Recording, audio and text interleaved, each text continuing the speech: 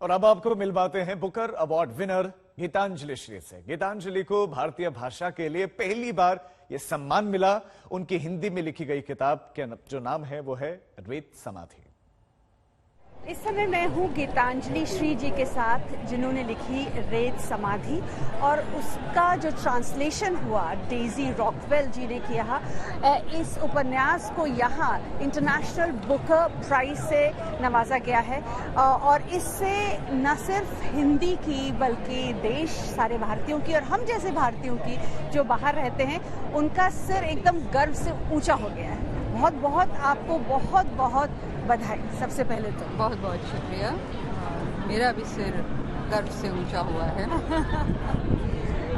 गीतांजलि जी, आप मुझे बताएं कि ओवरनाइट मुझे लगता है कि आप अपने आप से ही दूर चली गई हैं।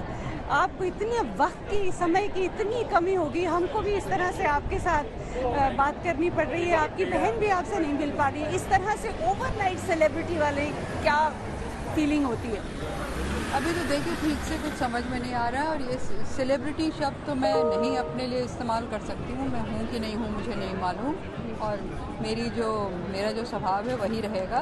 तो सेलिब्रिटी तो मैं नहीं अपने को कहना चाहती हूँ, लेकिन हाँ कोई एक चीज़ इत्तेफाक से हुई है और बहुत बड़ी चीज़ हुई है। बुकर की पहचान बहुत बड़ी पहचान है, तो बहुत अच्छा लग रहा है।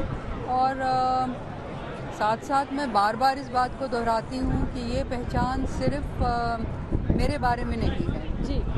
ये पहचान इशारा करती है कि एक पूरा साहित्य संसार है जो अभी बाकी दुनिया ने नहीं देखा है, क्योंकि वो चीज़ें, वो कृतियाँ उपलब्ध नहीं हैं आसानी से जी। तो बस मैं मानती हूँ कि मैं भी उस समृद्ध संसार का एक हिस्सा हूँ, और मेरे साथ ये हुआ कि सही पल मुझे मिल गया और मैं यहाँ पे पहुँच गई। अब इसका एक मुआवजा चुकाना पड़ता है कि कल रात को अनाउंसमेंट हुआ, बहुत देर वहाँ हुई, और सुबह सुबह उठकर इनकी परंपरा होगी, बुकर की परंपरा, कि आप सुबह से लेकर इस टाइम तक 5 बजे तक उन्होंने सारे इंटरव्यूज़ प्रेस के सामने हम दोनों को बंदी बना के रख दिया था, डेजी रॉकवेल को और मुझको।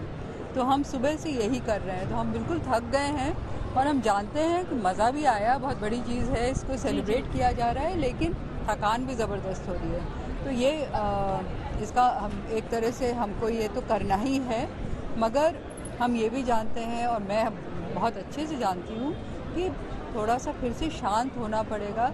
ये नहीं है कि बुकर मिला है तो अब मेरा लिखना बंद हो गया और यही सब करूँगी। तो मैं वापस फिर से अपने शांत क्रम में जाऊँगी और फिर से अपने लेखन के कर्म में जाऊँगी।